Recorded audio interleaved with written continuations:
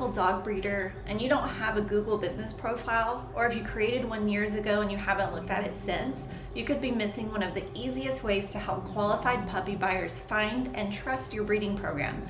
Today, I'm going to explain what a Google business profile is, why it matters even if you don't have a storefront, and a few simple things you can do to make yours work harder for you. I'm Amy, if you haven't met me, founder of the Breeder Connection. I'm also a neuroscientist by trade and a French Bulldog breeder as a hobby, and I've been doing that for about 10 years. I truly understand the unique challenges that ethical breeders face when trying to market their programs, especially because of all of the messy breeder programs that are out there. It's hard to break through that clutter. So my goal is to help responsible breeders build trust, increase visibility, and attract qualified puppy buyers. So let's get started. What is a Google business profile? Let's start with that. Go with something simple.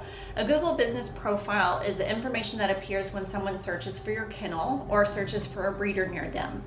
And oftentimes, if you think about what a puppy buyer goes through when they're starting that search process, a lot of times they're asking word of mouth. So let's say they want a Boston Terrier and they know someone who has one. They're like, hey, where did you get your dog from?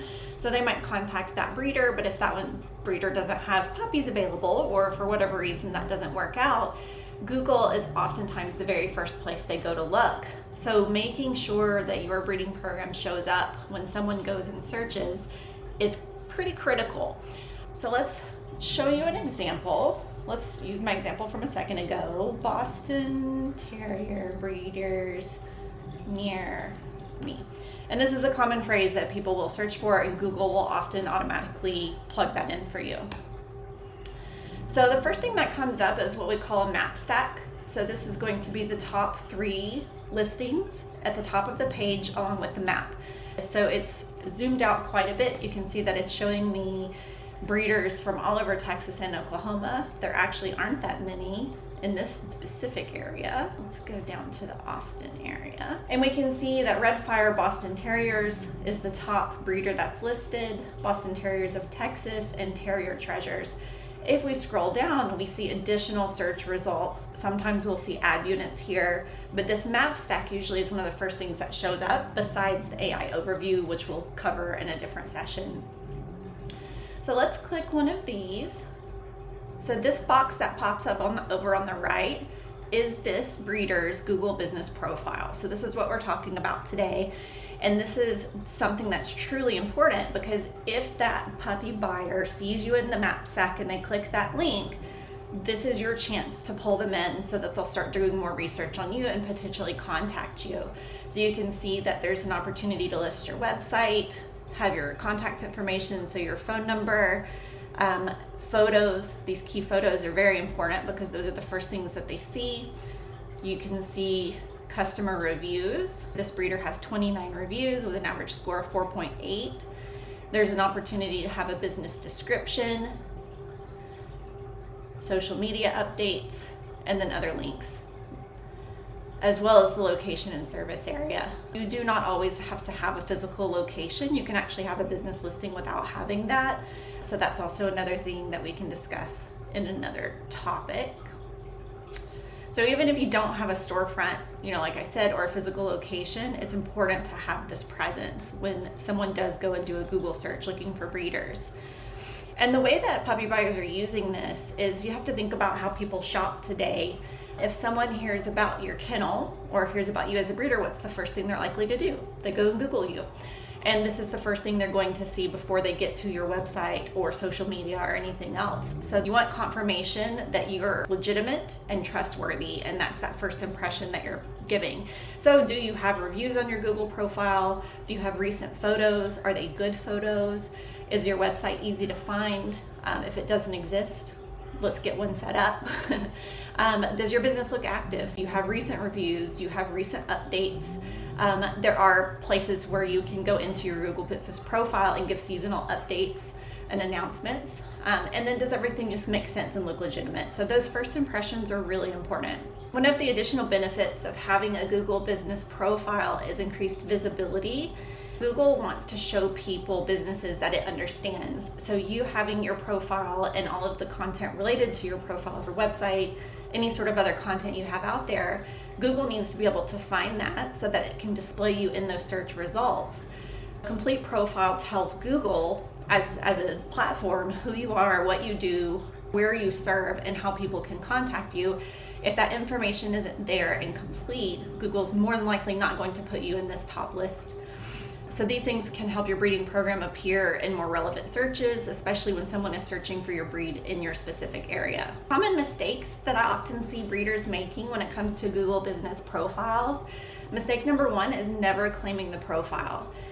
This often happens if someone goes in and types you in and they say, this person or this business exists, they create a profile for you. So anyone can go online and create a Google business profile, even if no one's claimed it.